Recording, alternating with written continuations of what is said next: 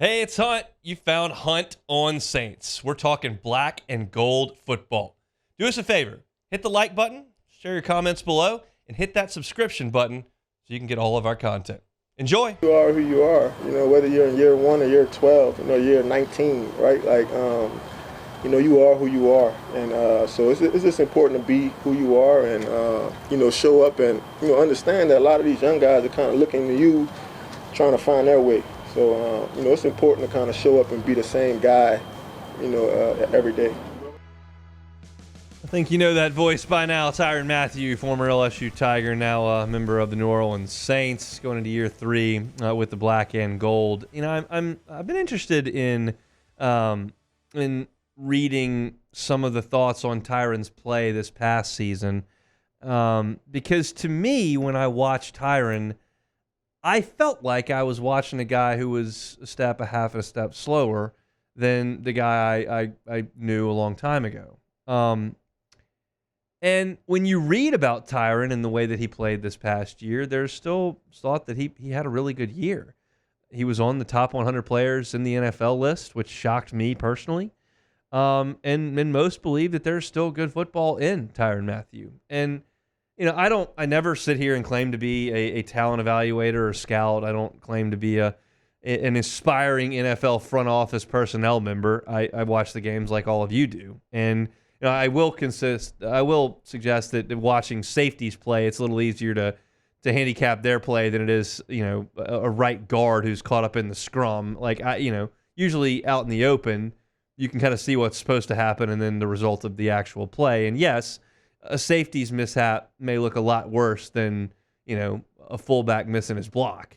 That just results in a 1-yard gain instead of a 9-yard gain. If a fullback misses his block, the safety misses his tackle or is out of position, it could be a 65-yard house call in a hurry. So I understand, but I didn't feel like Tyrann on my television screen last year was making a lot of dynamic plays and being a huge difference maker. But apparently, the film tells a little bit of a different story, and I'm certainly willing to defer to the film.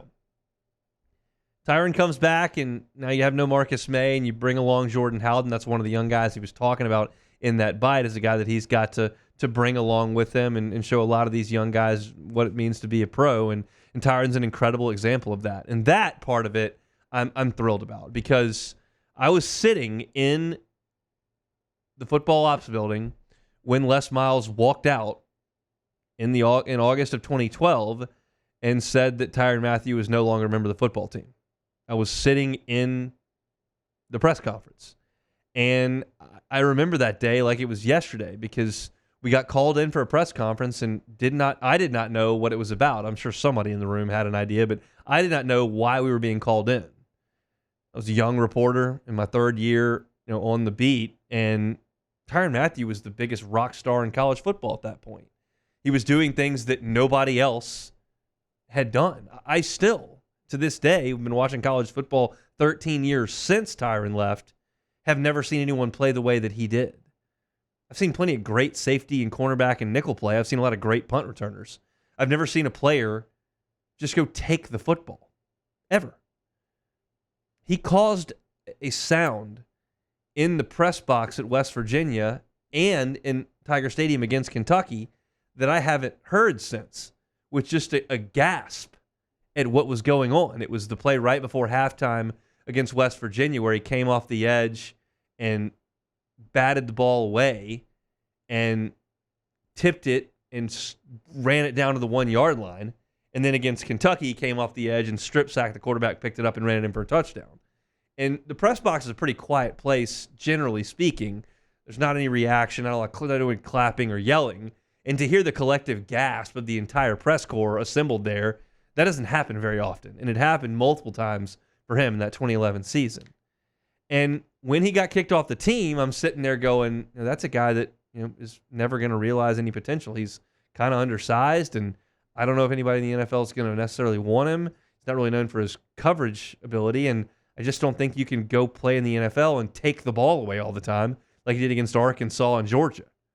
Well, he didn't. He just adapted his way of playing, where he was always in position, making instinctive plays, making tackles, being in the right place, and became an exemplary locker room presence everywhere he's been. Early years in Arizona, up into Kansas City, and most certainly in New Orleans, where he's become a leader now. I talked at the top of the show about DeMario Davis being the heartbeat of the team, and Cam Jordan's been there longer and has kind of been the face of the franchise. And you understand that those guys have more skins on the wall in New Orleans than Tyrann does. Well, for the Saints than Tyrann does. Tyrann's got a lot of skins on the wall in New Orleans.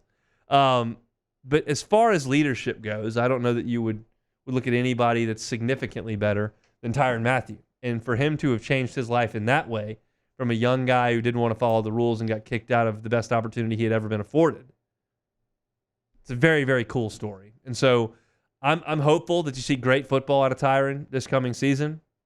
I'm hopeful that he's part of another championship-level Saints defense that can wait for the offense to come along and spur a successful season. But no matter if Tyrann plays this year or 2 more years or whatever the case may be, like, he's already a massive success story to go from that guy with that reputation to that draft pick to an all-pro and a guy who is a complete leader in the locker room is a really, really cool transformation story. And I know that it rings so true here in South Louisiana because we all watched him grow up. We watched him as a 19-year-old as a freshman. We watched him as a star as a sophomore. We watched him get booted off the team and kind of go and it's a humiliating thing. And then watched him make his way through the NFL and right back to New Orleans, where we kind of think he will finish his career. Hopefully it's with some really, really good football this coming season, and he helps Jordan Howden come along, and that secondary is one of the best in the NFL. If we missed this earlier, we talked about Marshawn Lattimore left with a hip flexor injury from practice today, so more injury news coming out of Saints camp that's not overwhelmingly positive, but we'll get you caught up on everything that goes on over the weekend as they get ready for pads coming up early next week in the black and gold. If you're looking for Saints news, you can find it at our YouTube channel, Hunt on Saints. All Saints, all the time, cut up into 10 to 12-minute digestible segments. They'll come right to your homepage if you subscribe to the channel. So appreciate it if you would do that. Subscribe, rate, review. It's always a big help to us trying to get our content in front of as many people as we possibly can. So Hunt on Saints is that YouTube channel. Hey, it's Hunt. Thanks for watching Hunt on Saints. Before you leave, help us out a little bit. Hit that like button, leave your comments in the section below, and hit that subscribe button so you get all our content right here from Hunt on Saints. We'll see you next time.